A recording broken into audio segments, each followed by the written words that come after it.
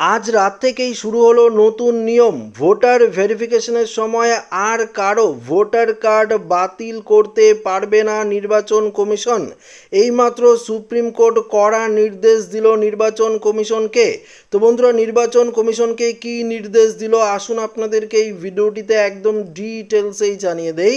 দেখুন, এখানে পরিষ্কার বলেছে নোটিশ না দিয়ে কোনো ভোটারের নাম বাদ দেওয়া হবে না বিহারে। শনিবার সুপ্রিম কোর্টের হলফনামা দিয়ে আশ্বস্ত করল নির্বাচন কমিশন।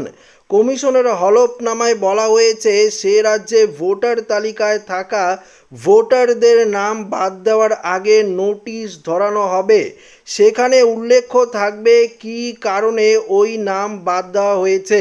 তো বন্ধুরা, বুঝতেই পারলেন, যদি আপনার ভোটার ভেরিফিকেশনের সময় ভোটার কার্ডটি বাতিল করে দেওয়া হয় তাহলে নির্বাচন কমিশনকে কিন্তু নোটিশ দিতে হবে ঠিক কী কারণে আপনার ভোটার কার্ডটি বাতিল করে দেওয়া হলো। এটা কিন্তু সুপ্রিম কোর্টের তরফ থেকে পরিষ্কারভাবে জানিয়ে দেওয়া হয়েছে। তো যেহেতু বিহারের প্রসেসেই আমাদের পশ্চিমবঙ্গে ভোটার ভেরিফিকেশন হবে, তো পশ্চিমবঙ্গে একই নিয়ম জারি করা হয়েছে।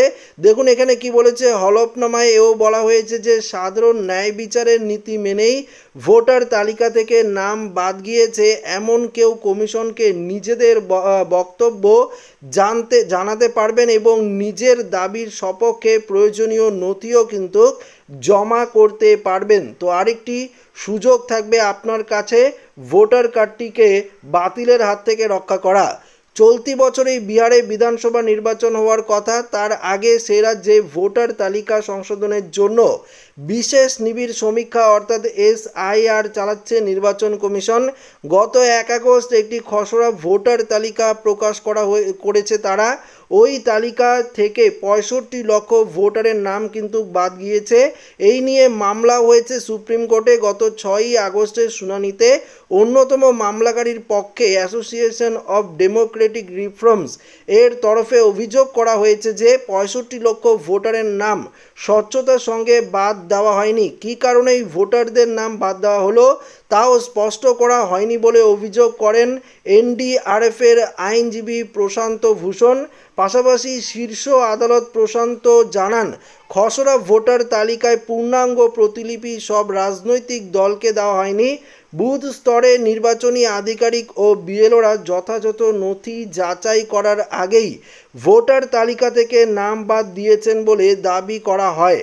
তারপরেই এই বিষয়ে কমিশনের কাছে ব্যাখ্যা চায় বিচারপতি সূর্যকান্ত, বিচারপতি উজ্জ্বল ভুইয়া এবং বিচারপতি NK সিংয়ের বেঞ্চ। আগামী 12ই আগস্ট এই মামলার পরবর্তী শুনানি হবে।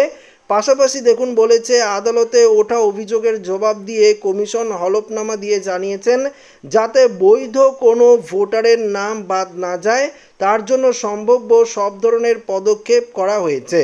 10 দফার নথি যাচাইয়ের কাজ হয়েছে।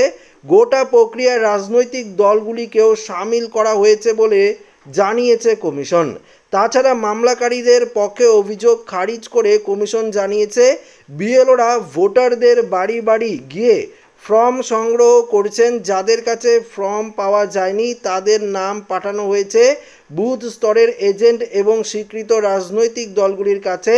20 জুলাই নাম তালিকা দেওয়ার পর 1 আগস্ট খসড়া ভোটার তালিকা প্রকাশ করা হয় বলে জানিয়েছে কমিশন।